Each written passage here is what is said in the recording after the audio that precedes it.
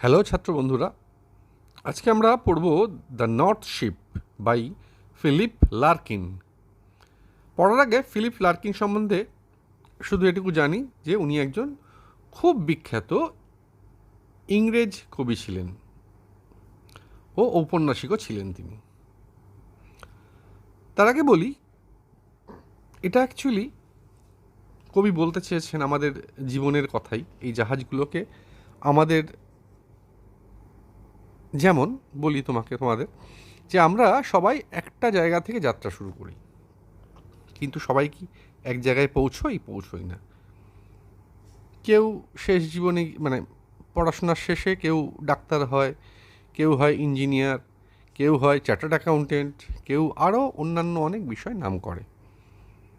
আমাদের চলার পথের ওপর নির্ভর করছে কে কোন দিকে কিভাবে আমরা যাত্রা করছি, কে কোন পথে যাত্রা করছি। পথটা কি খুব সুন্দর পথ, সুগম পথ, নাকি পথটা খুব বন্ধুর, এর ওপর নির্ভর করছে আমরা কে কোথায় পৌঁছবো। চলো শুরু করা যাক। The north ship. I saw 3 ships go sailing by. আমি দেখলাম 3টি জাহাজ চলাচল করছে। Over the sea, the lifting sea, সমুদ্রের ওপার দিয়ে, উত্তোলক সমুদ্র, সমুদ্র উত্তাল হয়ে আছে। And the wind rose in the morning sky, এবং বাতাস বইল সকালের আকাশে।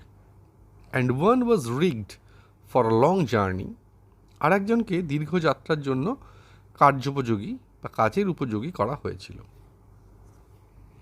The first ship turned towards the west, প্রথম জাহাজটি পশ্চিম দিকে গেল।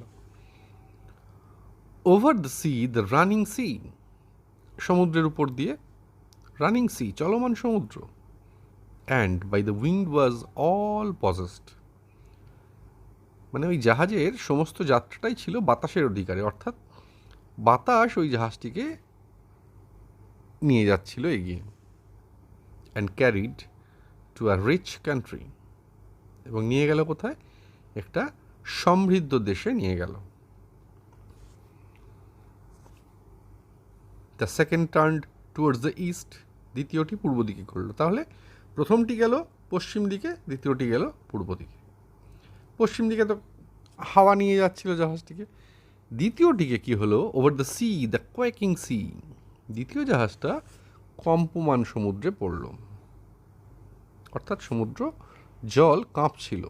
And the wind haunted it like a beast, বাতাস এটিকে অনুসরণ করছিল বা ফলো করছিল কিসের মতো? একটা পশুর মতো। যাত্রাটা খুব একটা সুগম নয়। টু অ্যাঙ্কার ইন ক্যাপটিভিটি, বন্দি দশায় নোঙর করতে। তাহলে দুটো শিপ হয়ে গেল। The third ship drove toward the north, তৃতীয় জাহাজটি উত্তর দিকে চলে গেল।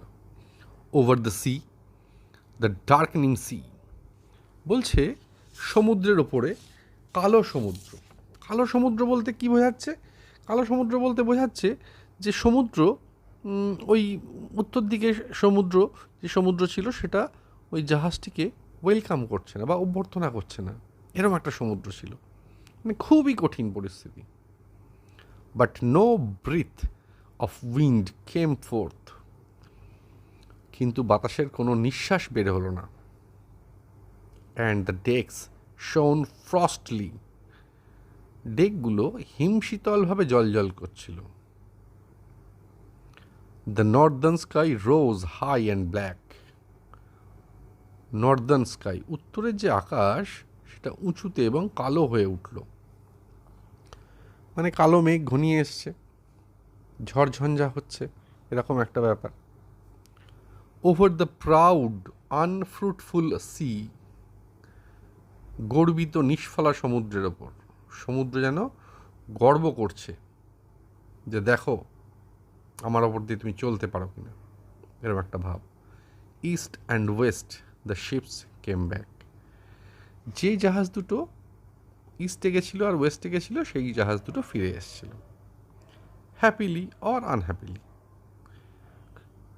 সুখী হয়ে বা অসুখী হয়ে, কেউ সুখী হয়ে ফিরেছে কেননা সে রিচ কান্ট্রিতে পৌঁছেছিল, আর একজন অসুখী হয়ে ফিরেছে। but the third went wide and far. কিন্তু তৃতীয় জাহাজটি প্রশস্ত এবং দূরে গিয়েছিল। into an unforgiving sea, একটা নির্মম সমুদ্রে। under a fire spilling star, আগুন ঝরানো তারার নিচে গেছিল। and it was rigged, এবং এটিকে কাজের উপযোগী করে তোলা হয়েছিল। কি কাজের উপযোগী? for a long journey, দীর্ঘ যাত্রার জন্য কাজের উপযোগী এই জাহাজটিকে করে তোলা হয়েছিল। তাহলে তোমাদের যেটা বললাম, তিনটে জাহাজ তিন দিকে গেছিল। আমাদের জীবন যেমন একদিক দিয়ে এক জায়গা থেকে শুরু হয়ে বিভিন্ন দিকে ছড়িয়ে পড়ি আমরা, ঠিক সেরকমই আমাদের জীবনের সঙ্গে জড়িয়ে এই কবিতাটা কবি লিখেছেন।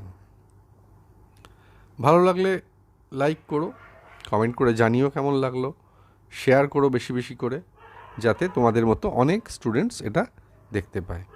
আর সবার শেষে বলি যে বেল আইকনটা প্রেস করে তোমরা এটা সাবস্ক্রাইব করে দিও।